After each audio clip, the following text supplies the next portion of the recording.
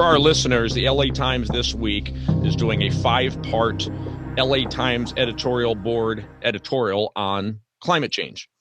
And the very first one starts with the world is drifting steadily toward a climate catastrophe.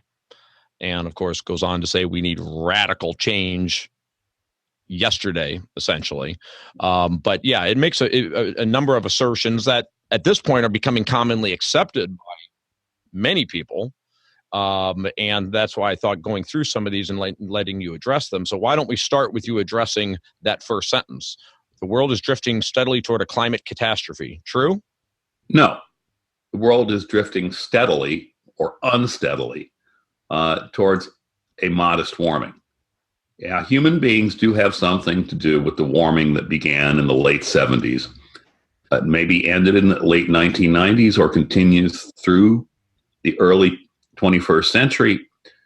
But the temperature records have been changed. They didn't used to show any warming from, say, 2002 to 2014. And don't ask me why, whenever these temperature records are changed, they become colder in the early years and sometimes warmer in the later years. So the warming trend gets greater from the same data, if you can believe that. And when you say changed by whom? In this case, our National Oceanic and Atmospheric Administration at the National Climatic Data Center, also known as the National Centers for Environmental Information -Climate. And they're saying that what was originally reported as the temperatures for those years turns out to have been wrong, and we're now correcting it, and we're showing that actually it was warming more than we first reported. Yes, and we corrected it in a way that's highly questionable. We used to use sea surface temperatures measured by satellite. Satellites are good; they get universal coverage. Their biases and everything else, and we switched to a network of drifting buoys and temperatures taken on board ship on the intake tubes of ships. And you can wonder how good those temperatures from ships are. The ship heats up in the sun. The intake tube can be deep on a big ship. It can be shallow on a small ship. And so the temperatures are really, they're very suspect. And then it was discovered that the buoy data ran cooler than the ship data. So what did our government do in its infinite wisdom? It adjusted the buoy data upward to match the ship data. So here's the cool part. We're putting out more and more buoys over the course of, say, this century. And so that means you have more and more data that's artificially adjusted upward. That was guaranteed, and I underscore the word guaranteed, to put a warming trend in the data. And do you believe that this was politically motivated? I don't know. I mean, the National Center for Environmental Information -Climate in Asheville has a past. I can give you an example. Their head is a guy by the name of Tom Carl, who's a very nice fellow, very bright. And he was in charge of the first national climate assessment. This is a thing that comes out every 4 years, unless there's a Republican in office, and then it doesn't come out. And the first one came out in 2000, during the whole election tussle in December and November of that year. And I was a reviewer. And I looked at the models that they were using to project the future climate for the 21st century. And I asked the models a very simple question. Can you reproduce 10-year running means of temperature beginning in 1900? In other words, 1900 to 1909, 1901 to 1910, et cetera, all the way on up to the end of the 20th century.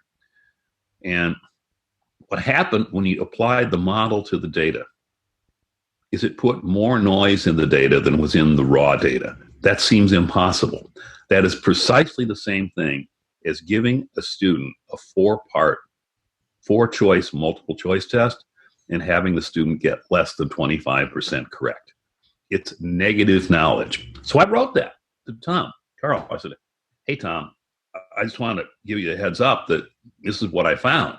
And this is what we did for 10-year running means. And he wrote back to me an email and said, okay, well, we just didn't use, we did the same thing. And we didn't just use 10-year running means, we used 1, 5, 10, 20, and 25. And in each case, in each and every case, the model added more noise to the data than was in the raw data. And I said, Tom, you can't use that. And, using that to guide policy is exactly analogous to giving Ritalin to a patient with high blood pressure, for high blood pressure. It's malpractice. And that it went through. And the second national assessment had even greater problems. And third one was billed as a political document by the Obama administration. I mean, there's a lot of shenanigans that are going on this issue. You're a climate change skeptic, yet. No, I'm not a climate change skeptic. Okay. How would you state it? I believe in climate change. I know that climate is not a stationary variable. And I'm pretty sure that people have something to do with the changes that have been observed beginning in the late 20th century. Well, good, because that's actually was going to be my point, is that even though I'm calling you a climate change skeptic and you're disagreeing with that, but I wanted to make the point that you do believe that there has been warming and that warming has been caused at least in part by humans. So, right. Yeah. So maybe a good starting point, though, because I don't even understand that. And not being an expert, I'm even skeptical of that. So, well, I'll tell you why I say that. Yeah. The great philosopher of science, Karl Popper, allowed that if you have a theory and it makes what are difficult predictions and you can verify those different predictions, you should be able to continue to entertain your hypothesis. For example, the fact that gravity would bend light, according to Einstein. That was a difficult theory, and it turns out in the 1919 eclipse that was testable, and in fact, it happened. So the difficult prediction of climate models, of the greenhouse theory, is that the stratospheric temperature goes down, not up, because the greenhouse gases are trapping and re-radiating radiation mostly in the lower atmosphere, so the flux through the stratosphere is different. And indeed, if you look at satellite sense temperatures, the stratosphere, they drop beginning in the record in 1979. And then an odd thing happens when the warming of the 20th century appeared to have slowed down or stopped in the late 20th century. The stratospheric temperature stopped cooling too. And what caused that? Three most important words in science are, I don't know. I don't think anybody does.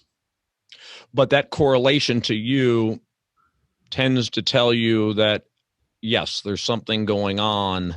The stratospheric cooling is very telling. So that, let me get my globe here and bring it into view for people, because sometimes, you have scientists that are all over the map and you have competing theories. And as you say, you can't even trust the data necessarily. So for me, sometimes I like to just use basic common sense and then see how that applies. And so one thing I like to talk about is looking at a globe. And first of all, you recognize that, 75% is water? Yeah, 72, I think, something like that. 72%, wow. Right. 72% is water. And then you've got barren land over 90% of the land that's there. What do you mean by barren?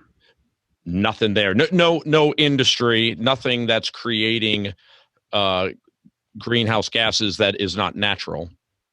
Right. Most of the occupied land is industrialized land is in the mid latitudes, some in the tropics, very little in the southern hemisphere.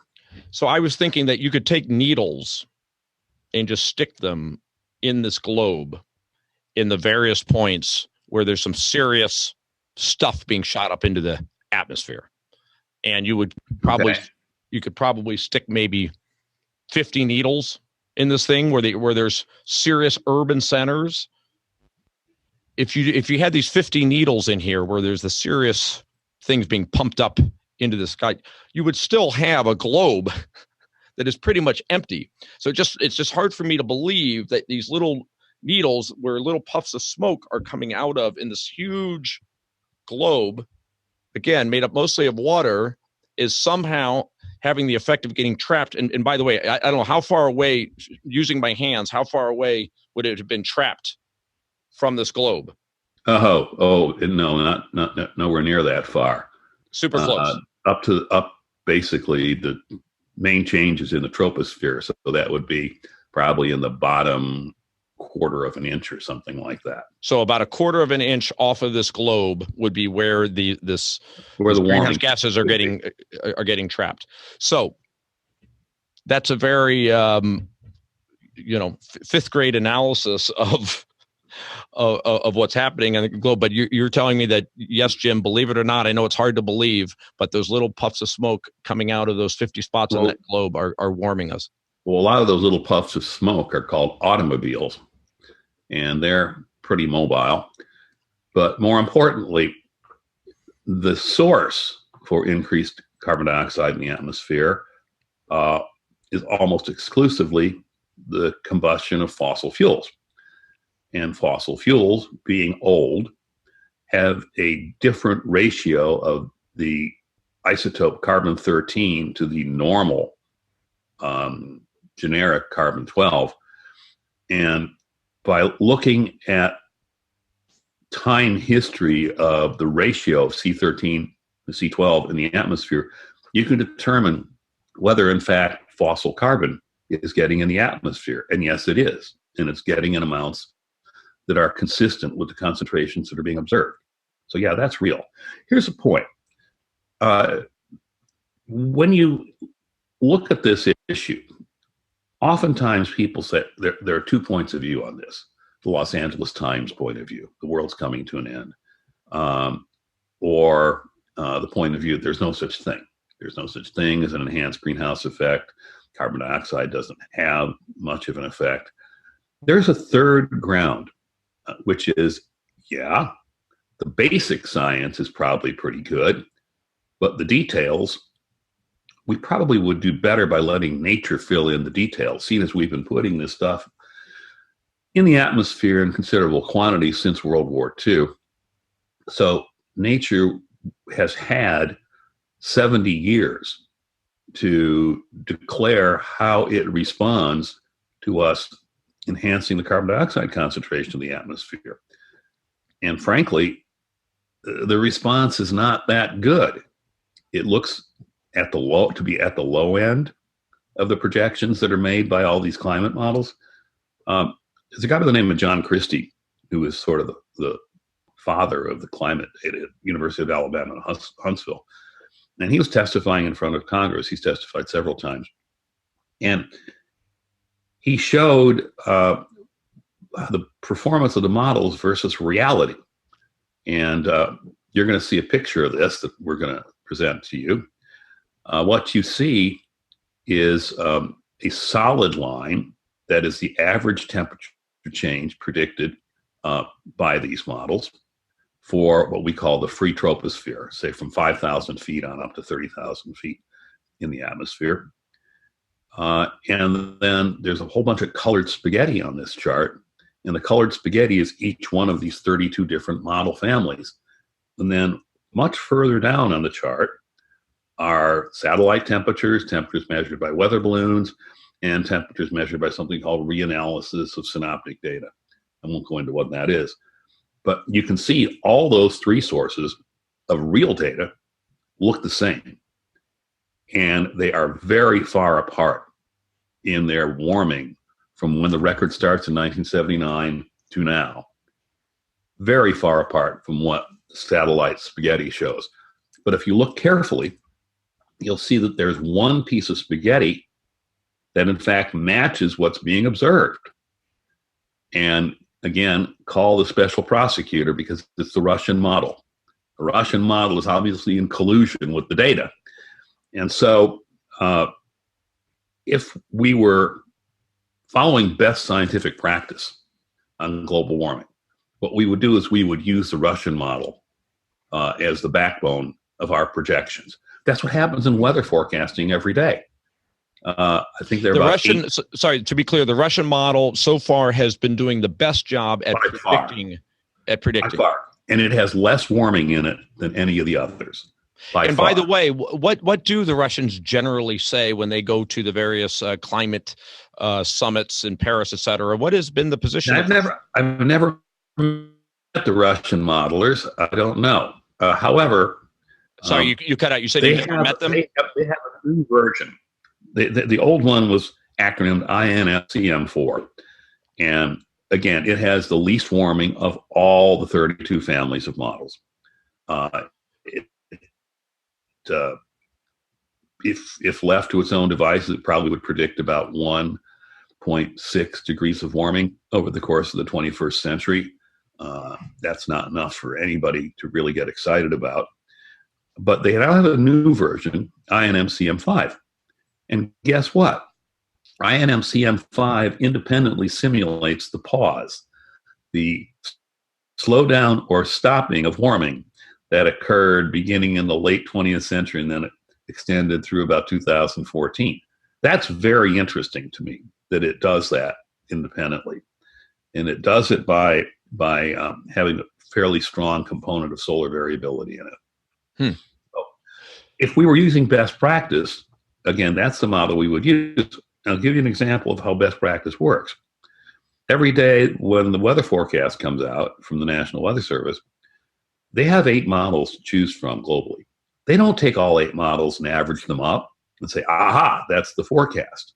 But that's what we're doing in climate. We take all of the 32 families of models and average them up. Even though the Russian one is very cool, the rest of them are so warm that using that is guaranteed to predict too much warming. And then we take all the effects, downstream effects from those projected changes and project things like changes in agriculture, et cetera. And I assure you that the behavior of those models should give one pause. Another example, and I'll show you another picture here. This one's a little more complicated, but this is now in the vertical. So the bottom of the graph is at the surface, and the top of the graph is up about 50 or 60,000 feet in the atmosphere. And these are this colored spaghetti is the warming rate predicted by all the different families of models. And you can see again, and the reality are these dots on the left-hand side of the chart. Those are the weather balloon data, 4 different sets of them averaged up at different levels in the atmosphere. That's a good data set to use because when you take weather, you discover that when you launch a weather balloon, you have to calibrate the thermistor before you let it loose. So these are going to be good data. And again, the warming rates that are predicted are much higher than what's being observed. When you get on up to about 40,000 feet in the atmosphere, the predicted warming rate is 7 times. Did you hear that? It's not 7 tenths, 7 times what's being observed. Now, why is that important? Because this is in the tropics. This is from 20 degrees north to 20 degrees south. Almost all the moisture that the world depends upon for agriculture comes from evaporation from the tropical oceans.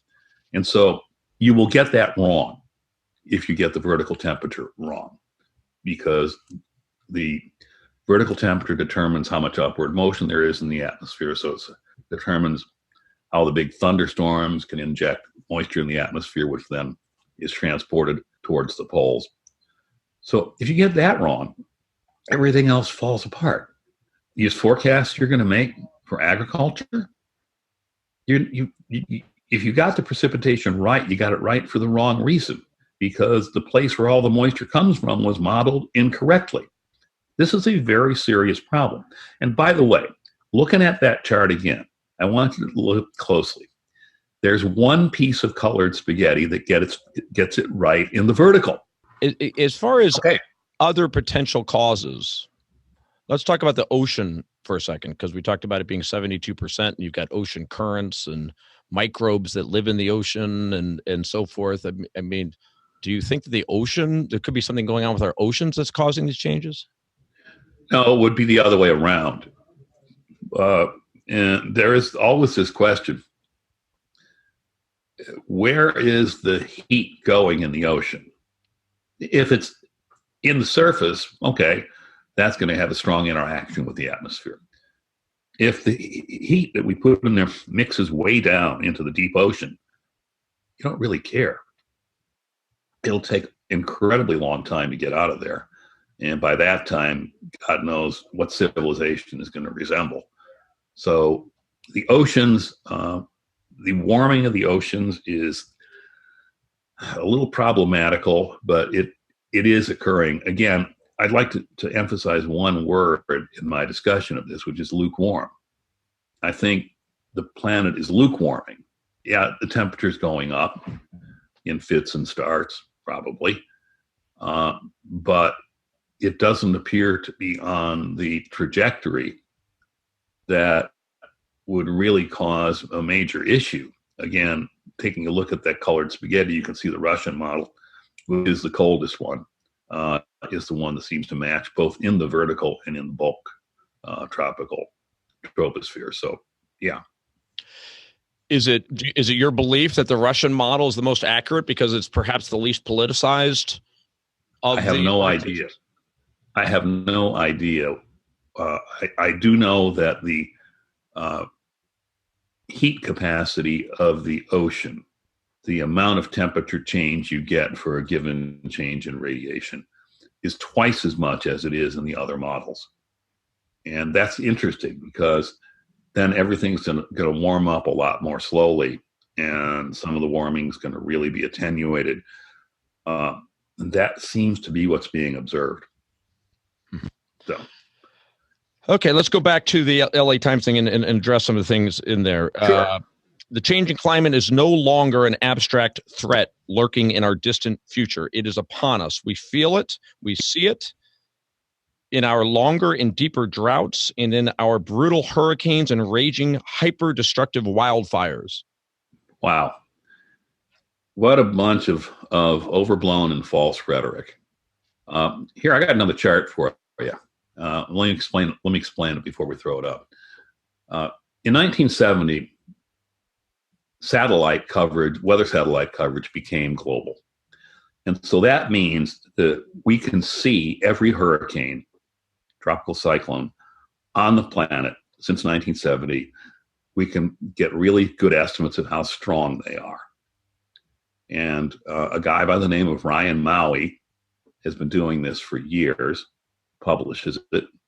And you take the hurricanes and their wind speed and multiply multiply the wind speed times time, and you get the power of hurricanes, global power of hurricanes. So here's a chart of what he calls the accumulated cyclone energy index beginning in 1970. And what do you see? You don't see any trend at all. No trend whatsoever. No relationship with mean surface temperature whatsoever. Oh, yeah, we have computer models that say that hurricanes should produce more rain, but they also say the signal won't come out of the noise until about 2080. That's a pretty long time from now. So yeah, no, there's not, the hurricane thing is just a dead letter. Droughts? And even the United Nations says there's no systematic trend in drought worldwide. Wildfires? Again, in California, we have years-long periods of below normal precipitation, years-long periods of far above normal precipitation. If you take a look in the early 20th century, it was extremely rainy when the large migration from the east, people looking for golden sunny California, came in. I imagine it was green fairly far into the summer. But here's the thing about California, and you can quote Clifford Moss, Professor Moss, M.A.S.S., I believe, from University of Washington Department of Meteorology. Every year, California gets extremely dry at the end of summer.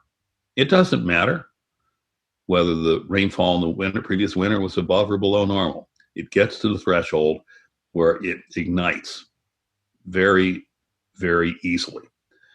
And if you don't manage the underbrush in the forest, you're going to build up tremendous amounts of fuel. I looked at live footage of the Paradise Fire a couple years ago where somebody actually drove through it.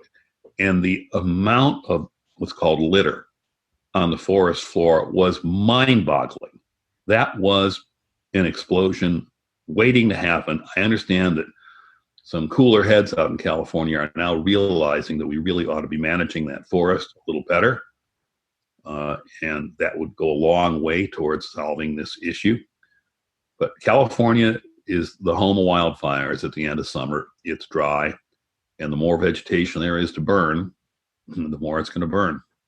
Well, and you made a point, I think, on the Levin show that when you look at the cost of these things, of course, the cost is going to be higher because there's more damage that can be done, and the value of everything is much higher. When you have wildfires in California where real estate is so expensive, of course, it's going to be very costly. Yeah, well, the fact of the matter is when you look at weather-related damages, you've got it exactly right.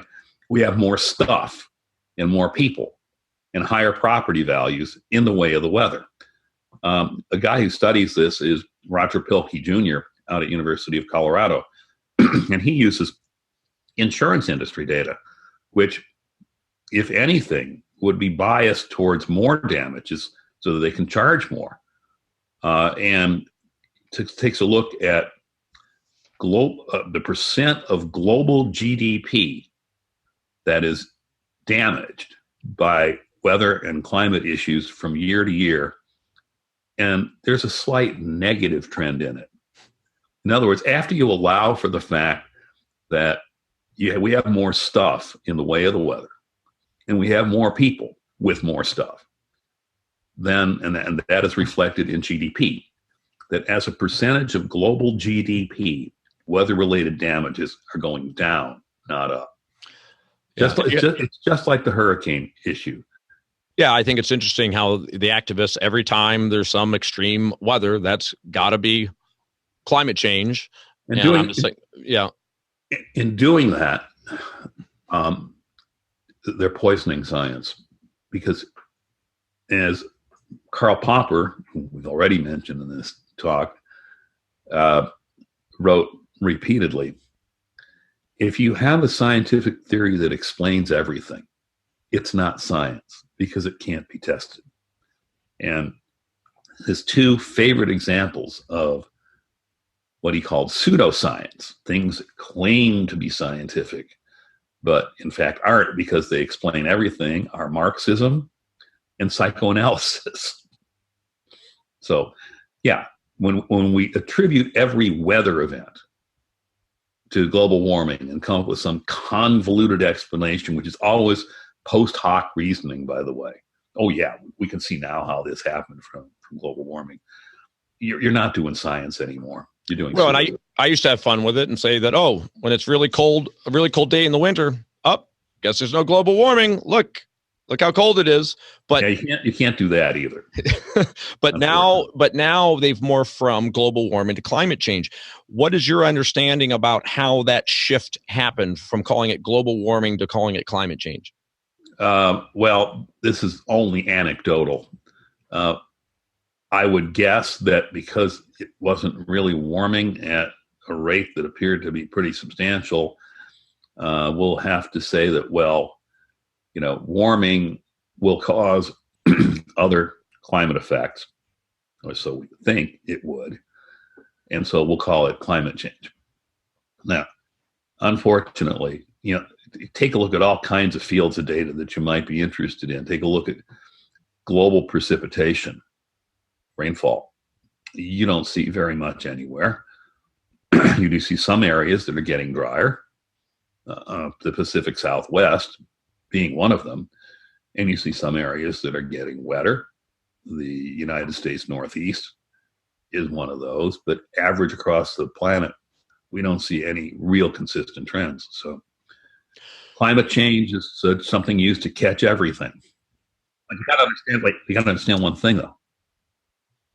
It's really a bait and switch to switch from global warming to climate change, because global warming of the lower layer of the atmosphere, is what drives all these prospective changes in climate. So you really should be just looking at the warming variable as the critical one.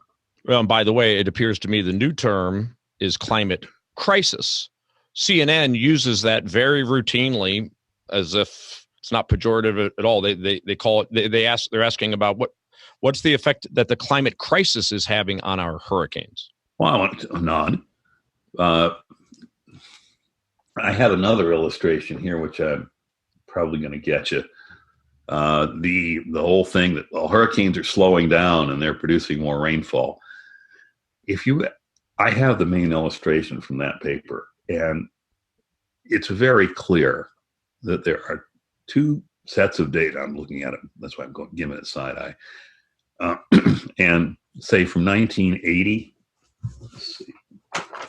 This is the chart you're eventually going to see. From 1980 to now, which is the end of the chart, there's no change at all. There was a period in the 1970s where there were 0 hurricanes installed. Nobody knows why that happened. And then after they went back to their normal stall rate, it stayed the same. What about the fact that we're looking at such a short blip of a period of time, and that if you were flipping a coin 10,000 times, you're going to get runs of 20 heads in a row? Is there anything to that analogy when we look at what this may be and whether this might just be randomness? Getting 20 heads in a row is, you're going to have to flip it many more than 10,000 times to get a 50% probability of that. Wow, you're an expert statistician. I'm impressed. You can look that up in a binomial probability chart. But yes and no is the answer to your question. Is the rate of carbon dioxide addition to the atmosphere in, say, since World War II, is that pretty unprecedented? Yeah, probably is. But so is teen pregnancy. What's that? So is teen pregnancy. Yeah, but my point is that you could line up statistics with each other and say that went up and this went up at the same time, but it doesn't mean one caused the other, right? Why don't we talk about the real scary thing?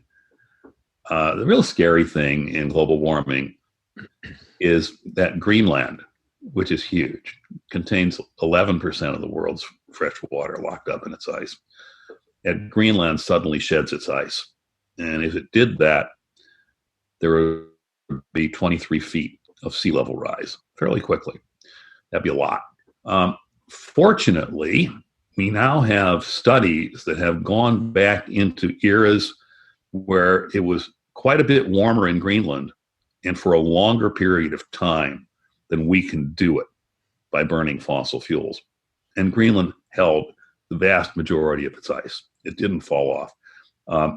At the beginning of not the current interglacial, but the last interglacial, so about 118,000 years ago, a Danish team dug a core through the ice, and you can see from looking at the chemistry in the various years, you can see what the temperature was. And it was about 6 to 8 degrees Celsius average warmer than the 20th century for the summers for 6,000 years. Because? 6 to 8 Earth orbital variations. At the beginning of the penultimate ice age, the sun and lined up with the seasonal tilt in a way that created a very large warming of the northern hemisphere. And it was warmer than, in fact, in the beginning of the current interglacial. there has to be some kind of a real disturbance to end an ice age. If you think about it, you can get an ice age in your mind pretty easily. You just get it cold enough that the snow sticks around, doesn't melt, and then more and more and more solar radiation is not absorbed. Well, and there's also another warming period that you referred to on Levin. I believe you said it was late 1800s, and what that obviously wasn't caused by carbon emissions. It's the early 1900s. Early 1900s. So what caused that? I don't know. It warmed beginning around 1910. If we trust the surface temperatures, it warmed between 1910 and 1945 at the same rate that it warmed in the late 20th century. And again, the early 21st is debatable, but let's just accept the records that we have. So what caused such a warming in the early 20th century? It's not carbon dioxide. We had the background carbon dioxide is 280 parts per million. And when that first warming started in the 20th century, it was only 18 parts per million higher. Now it's 125 parts per million higher than the background concentration. If you got 0.4 of a degree C of warming, which is what happened in the early 20th century, or 18 parts per million of CO2, then it would be so hot now we wouldn't be having this discussion, because that would mean the sensitivity of temperature to carbon dioxide would have to be outrageously high. So nobody knows, I think, what caused that. But, and here's the big but. This came out in Science magazine right before the 2016 election. We can discuss why that happened a little later. All those computer models are tuned. Their parameters are fiddled with to make them match the climate of the 20th century. So the models are tuned to say that the warming of the early 20th century was in fact caused by human activity. And that's an absurdity. And then they tune to get the late 20th century warming. So when you match up the computer models versus the surface temperature, hey, looks pretty good because they're tuned to do it. But when you get off the surface, which is what John Christie does at his congressional testimony, you can see that they are wildly divergent. And probably the price of tuning those models was the complete screw up of the tropical atmosphere that we talked about earlier in this program. So what happened was, how this all came out is every time the United Nations produces a climate report, they get a collection of global climate models that are collated by the US Department of Energy. And so for the last report, which came out in 2013, and there's a new one coming out soon, by the way, but for the last report, people had to send in their models to DOE. They had to send in what's called a frozen code model. This is the model that we're going to use. This is the model that you can use to compare to all the other models. And one of the modeling groups, Max Planck Institute, was about to send their model in, but their chief modeler, Ernst Rechner, was unavailable to work on it. I don't know why. And so it was left to the lesser lights to put the frozen code model together, and they got it to work. And the warming in it was over 7 degrees Celsius, which was way out of line compared to the other models. And so it's quoted in the Science magazine article, we had to get that warming down. And so the play with different variables to get it down, down, and down. So this caused quite a stir because as indicated in the Science magazine article by Paul Vucin in late October of 2016, they didn't want this tuning to come out because people who might be skeptical, and you should be skeptical. I think if you're not skeptical, you're not scientifically healthy. But people who might be skeptical will seize upon the tuning of the models as an excuse to not really believe them very much And he was, of course, right. So then a paper came out by a guy by the name of Frederick Hardin, who was the head modeler for the French. And it was called The Art and Science of Climate Model Tuning. And it was Judy Curry, you ought to look up, judithcurry.com. She's probably the most blogged scientist on global climate change. She wrote in her blog that if you're going to read one climate modeling paper in your life, read that paper by Hardin. Hardin talks about how you might take a parameter and fiddle with it to produce the quote, these are his words, the anticipated acceptable range of change.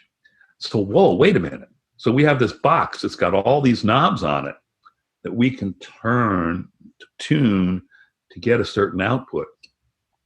And we tune it to give an answer that we think is the anticipated acceptable answer. That's not science anymore, boss. That's mathematical philosophy. And they're all tuned. Every last one of them turns out to be tuned. Including the Russians? I presume the Russian models too. Yeah. So here's the thing. Why did this happen? Why would the climate modeling community all of a sudden come out and say, okay, we're going to fess up. We're tuning our models, and we really, really don't like to do this. So we want these models to be freer and cleaner. So, give us more money to clean this up. Give us a lot more money to clean this up.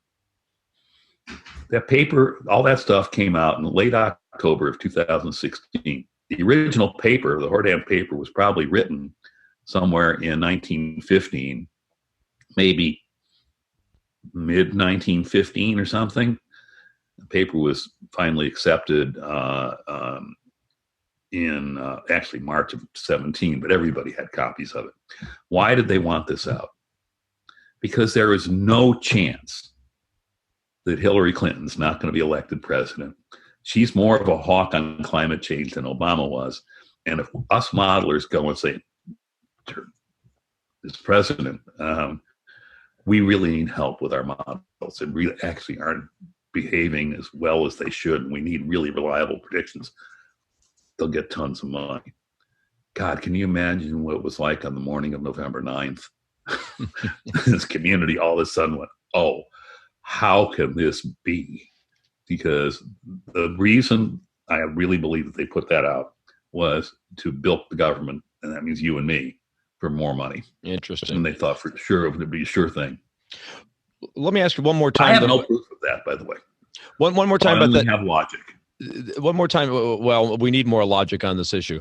One more question about that early warming in the 1900s. We really don't know what caused that. I don't think we do. Okay, but theoretically, unless it was a flip of a coin situation, something caused it.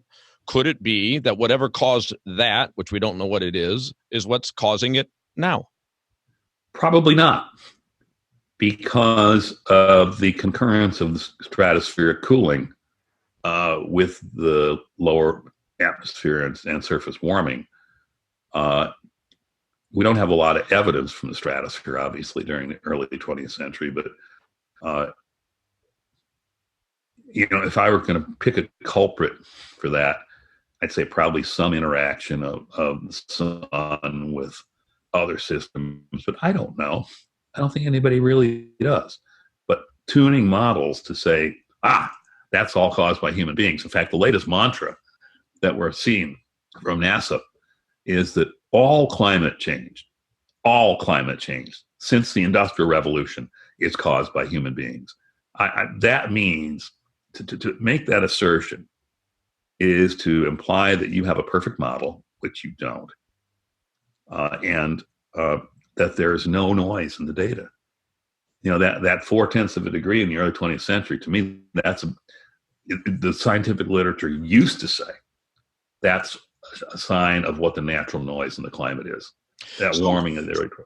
So it's really, it should be really interesting to people that, you are buying into the fact that there has been some warming and that it has been caused by humans, but you're saying that it's not clear exactly how much of that how much warming there truly has been as a result of humans, um, and not necessarily to a dangerous extent. And I would like you to address what may be some of the positive benefits to the globe of a bit of a 1 degree Celsius warming, because everybody points to all the negatives, but certainly if there's so many negatives, there has to be some positives.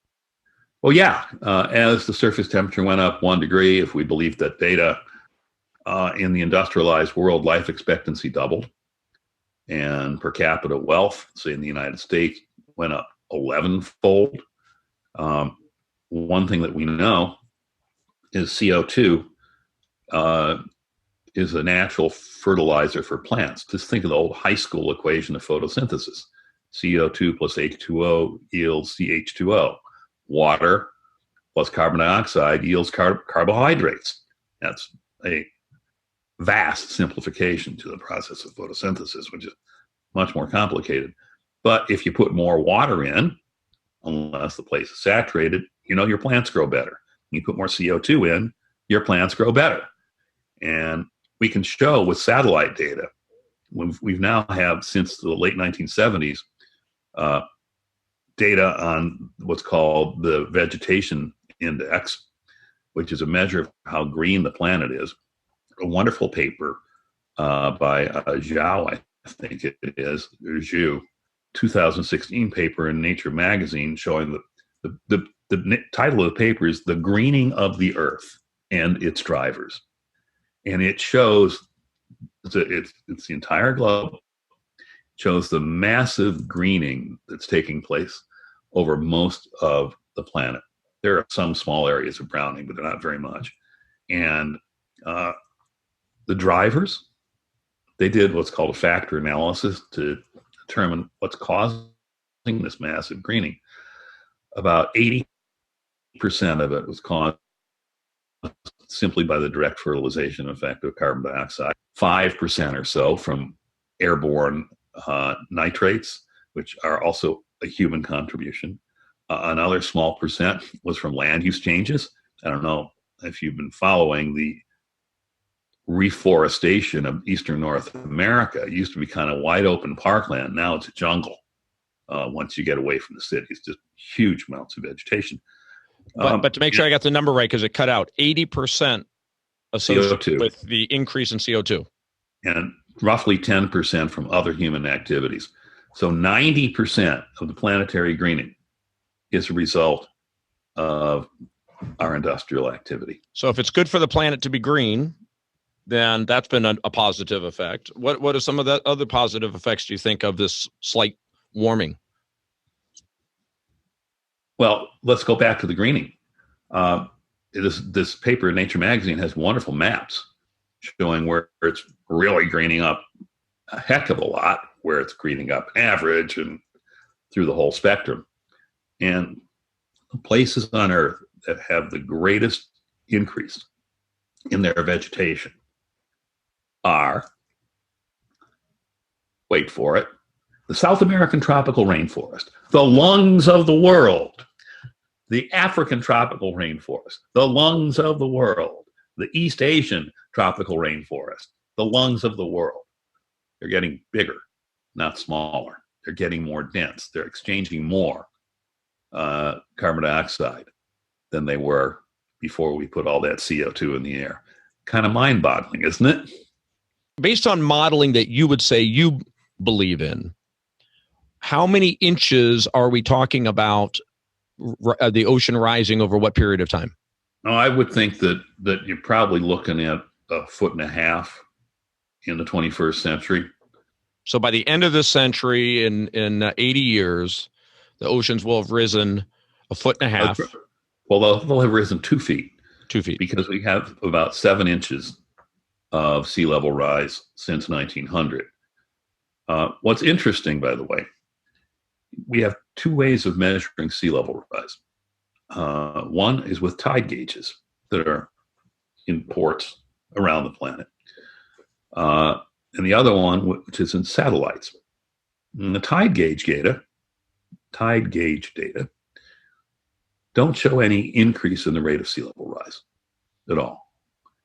The satellite data do, but there are lots of questions whether the satellite data is really high enough resolution to pick up these small changes in sea level. I mean, a tide gauge is a real thing. It suffers from the problem that the land itself may be going up or down, but you can usually adjust for that. And, if you look at global records, you don't see anything that's particularly alarming. So from the point we are today till the end of the century, that would be an additional 1.5 feet is what you would think that would be a reasonable project. assumption. 7 inches so far, another 1.5 feet to go. To help us understand that, if we were laying on Miami Beach and the oceans were 1.5 feet higher, would that beach still exist? No, it would definitely be eroded some. But the thing how much? I can't tell you for sure because I don't know the exact pitch of the beach. But if you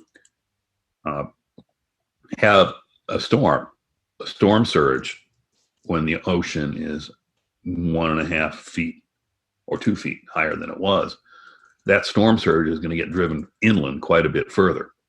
And so you will get more damage from that. But again, having said all this, both in the United States data and in global data, weather-related damages as a function of GDP are not going up. And no, but I do think it'd be significant if people felt that Miami Beach was no longer going to exist. Well, it's not going to just no longer exist. That's the point. The people will adapt. They will probably, well, let's put it this way. Do you think it's a great idea that from Maine all the way around Florida to the Texas Gulf Coast is all beach houses? And every one of those beaches is subject to hurricanes.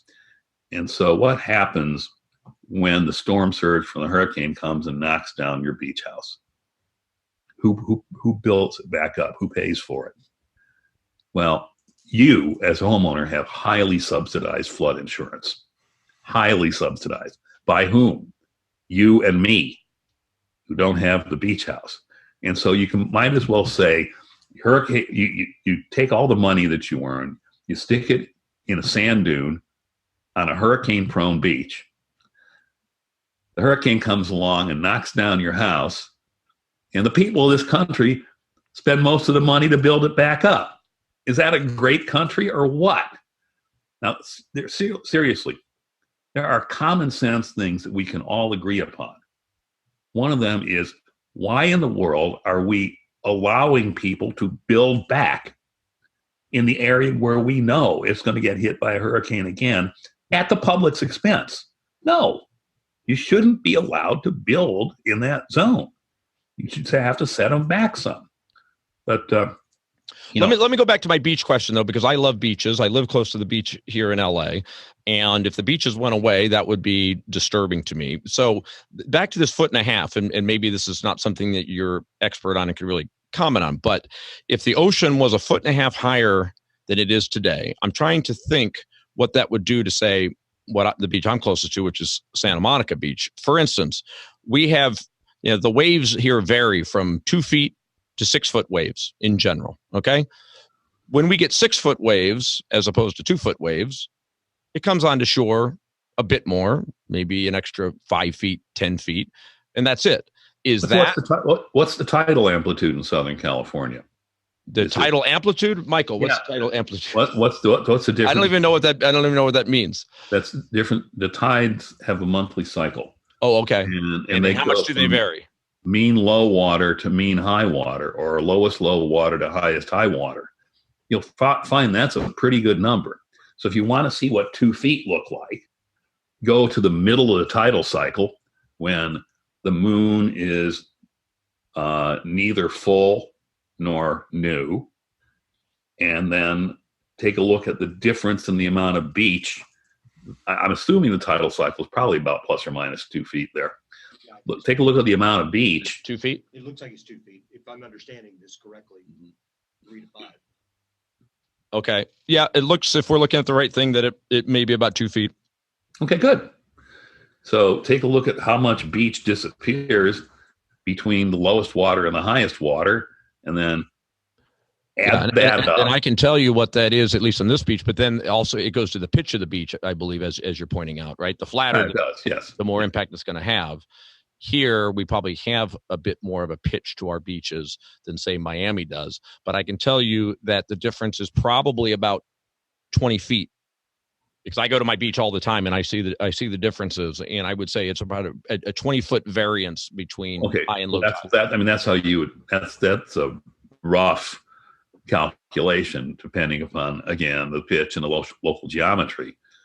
But then there have been times in Southern California, particularly in El Nino years, where there have been major winter storms, and the wind-driven water piles up on the shore, and during the high tide, it ingresses into people's property, things like that. That would become more frequent.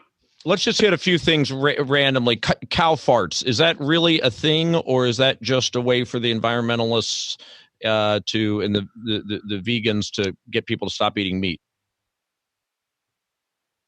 It's both. Ruminants do belch both directions, methane. Not that much of it, by the way, but it's enough to have activists have an excuse on this. But what percentage, as far as contributing toward the 100%, is it? Well, methane is a more potent greenhouse gas than carbon dioxide, but I think atmospheric methane has increased for a large number of reasons, which is a lot more than cows. And what people are going to do here? They're not going to stop. They're not going to stop having cows. If the market pressures are there, and I know research on this is going on already, you're going to alter certain aspects of the digestive process in ruminants and dramatically reduce the methane emissions. I've seen literature on that already. That's what people do. And what is the number one driver of greenhouse gases? What industry or what if humans were looking to curtail something, what would be the most obvious thing to point to curtail? Well, here in the United States, we have three major sources of carbon dioxide: electrical generation, manufacturing, and transportation. Transportation being mainly automobiles and over-the-road trucks. And they're roughly divided 1/3, 1/3, 1/3. So you can find a convenient target to reduce emissions if you want to, but you have to be realistic and understand compromise. For example, if you substitute natural gas to generate electricity in place of coal, gas is more efficient and it produces about a little bit less than half the carbon dioxide per kilowatt hour that a coal-fired power plant does, which is why, by the way, since 2005, the United States has reduced its carbon dioxide emissions more than any other nation on Earth. Not to save the planet, but because we discovered that we can easily break rocks underneath the surface, fracking, and get natural gas out. I mean, some of those plants, I understand, some of those wells can produce for 100 years. Yeah, and that's an important point. It had nothing to do with global warming. It was the good old free market. It's good old greed. Huh? Yeah. It's good old greed. Yeah, right. And for people who are concerned about fracking, I urge you to go visit a modern fracked natural gas facility where the surface footprint is just minimal. And these things produce years and years and years and years. It's really quite remarkable.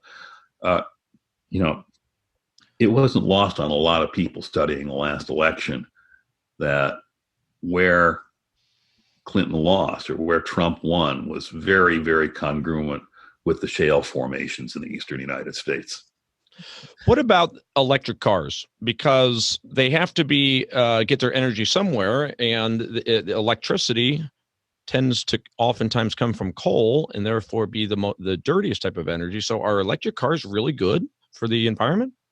I've seen some end-to-end studies having to do with mining the minerals that are associated with the electrical cars and manufacturing and electricity and its sources.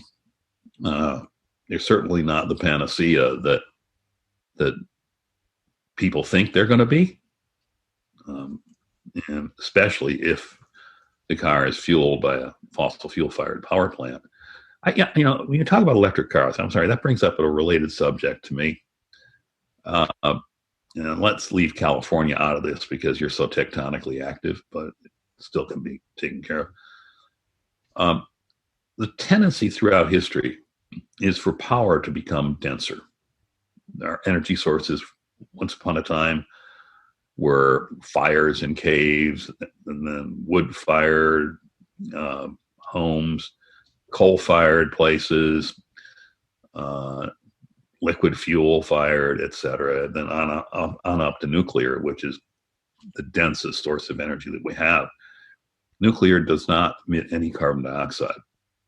And one of my measures of a person's sincerity about their concern about the climate is if they will accept nuclear power as a big substitute for both manufacturing and transportation, transportation being electrical and powered by a non-CO2 emitting nuclear plant. And if they're not for that, I think, well, you're really not serious, because you're not going to run it on solar energy and windmills. I don't care what the leadership in the California legislature thinks. It's just not going to be that way. So what would that person's explanation be as to why they believe in global warming and that greenhouse gases are causing it and we need to do something about it, but no, not nuclear? Human irrationality. I mean, the problem is that so many people who are just obsessed with climate change are obsessed against nuclear power. Yeah, but I'm saying, what would be the rational if they were arguing with you over dinner? What argument would they put out there as to, yeah, Patrick, I hear, but no, we should not do nuclear because? Well, there was Chernobyl. Chernobyl was an uncontained reactor with an experiment being done on it that was highly irresponsible. Or we have Fukushima. Oh my God, Fukushima! Whoa. Fukushima reactor complex was designed so that the emergency power was between the reactors and the ocean. So if there was ever going to be a tsunami, which that was in a very tsunami-prone place, the emergency power was going to get knocked off. And that's what happened in Fukushima. And how about the cost of nuclear? How does it compare with fossil fuels, and how does it compare with solar? Well, that's those numbers are changing all the time. My understanding is that there's something called the levelized cost, which has to do with the cost to get the resource, the cost to build the plant, the cost to run the plant, the cost to transport the fuel, all that good stuff.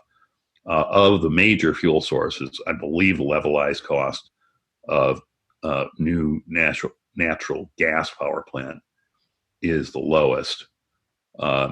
The highest levelized cost is offshore wind.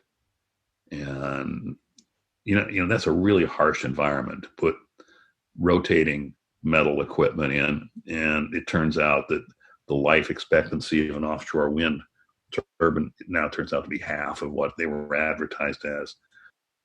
In fact, Germany's now started to get away from it. Germany is building regular natural gas-fired plants, and they're complaining because their natural gas is so expensive. Well, it is because they're buying it from the Russians. How about we ship you some? We got plenty. We'll undercut their price anytime. And we are beginning to ship natural gas to Europe, but not very much. But yeah. You could do that. Okay, we're running out of time, so let's just tick through a couple things real quick, if you don't mind. Al Gore, what dumb guy, bad guy? What's your explanation for Al Gore? He knew an issue that he thought would create a lot of power for him, and it did. He almost was elected president, and it certainly has been a cash cow for him. I mean, he's got that nice new, what's it, an oceanfront home in Southern California, something like that. I mean, and he can jet around to it. So, kind of like an opportunist. Well, I'm not going to call. I can't call names. I work for a company where we're enjoined from calling people names. So you can supply your own name. What is the explanation for when you ever hear everybody say 97%, 98%, whatever the percentages they throw out of scientists agree? You know what? My dates probably aren't going to be right, and I may have inverted the baby, but around 1975, 97 or 98% of all biomedical scientists believe that babies should sleep on their stomach.